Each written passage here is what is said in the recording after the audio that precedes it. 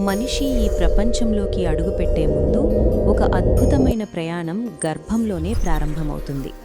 మనం చూడలేని, మాట్లాడలేని, వినలేని ఆ దశలో కూడా జీవితం చాలా క్రమబద్ధంగా సాగుతుంది.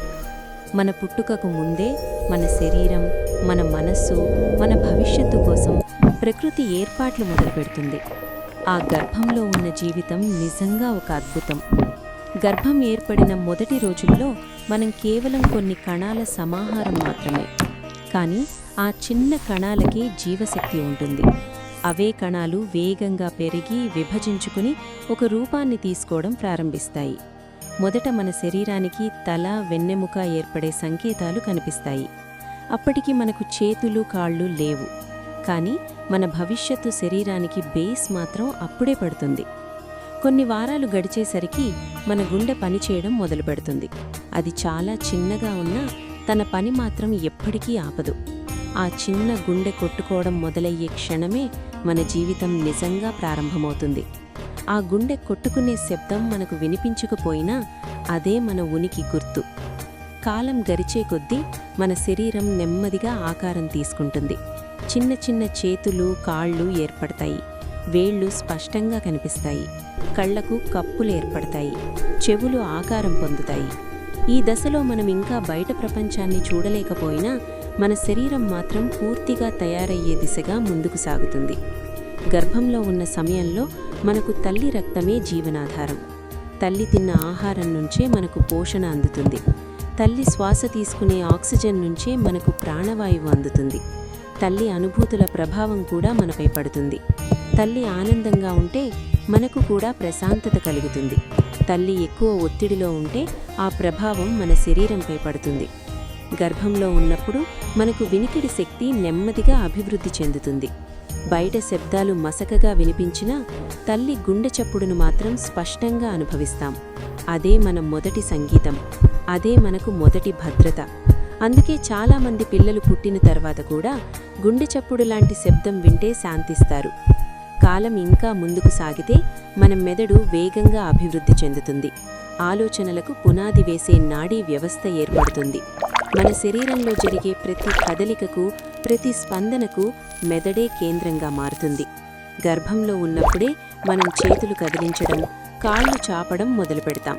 ఇవి మనకు తెలియకుండానే జరిగే సాధన లాంటివి.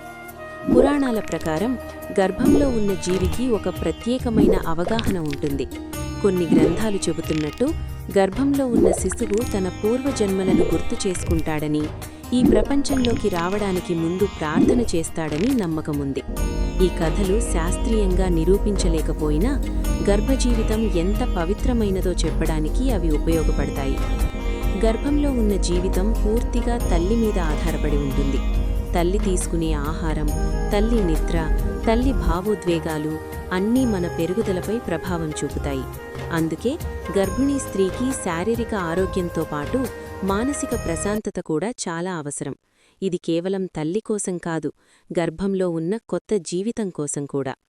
గర్భంలో ఉన్న సమయంలో మనం మాట్లాడలేం, వినిపించలేం, కానీ మన ఉనికిని మాత్రం అనుభవిస్తాం. తల్లి స్వరం మనకు భద్రతనిస్తుంది. తల్లి ప్రేమ మన చుట్టూ ఒక రక్షణ వలయంలా ఉంటుంది. అదే ప్రేమతో మన శరీరం బలపడుతుంది.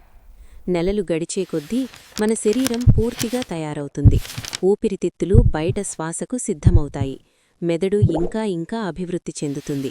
మనం బయట ప్రపంచంలోకి రావడానికి శరీరం సిద్ధమవుతుంది. గర్భంలో ఉన్న ఆ సురక్షిత ప్రపంచం నుంచి బయటకి రావడానికి ప్రకృతి మనకు సంకేతమిస్తుంది. చివరి నెలల్లో గర్భంలో ఉన్న జీవితం ఒక కొత్త దశలోకి అడుగుపెడుతుంది. మనం పుట్టబోయే ప్రపంచం కోసం శరీరం సిద్ధమవుతుంది. గర్భంలోని ప్రతిరోజూ మనకొక సాధన లాంటిది. మన శరీరం, మన ప్రాణం, మన భవిష్యత్తు అన్నీ ఒకే దిశగా ప్రయాణిస్తాయి. గర్భజీవితం మనకొక గొప్ప సందేశమిస్తుంది. మన జీవితం పుట్టినరోజుతో మొదలవ్వదు. అది పుట్టకముందే ప్రారంభమవుతుంది. మనకు తెలియకుండానే మనకోసం ఎంతోమంది త్యాగాలు చేస్తారు, ముఖ్యంగా తల్లి. ఆమె శరీరం, మనస్సు, శక్తి అన్నీ మన జీవితం కోసం అంకితమవుతాయి. ఈ ప్రపంచంలోకి మనం అడుగుపెట్టే ముందు గర్భంలో ఉన్న ఆ 9 నెలలే మన జీవితం యొక్క పునాది. ఆ పునాదే మన ఆరోగ్యం, మన ఆలోచనలు, మన బలం. అందుకే గర్భజీవితం కేవలం ఒక దశ కాదు, మన జీవితానికి మూలం.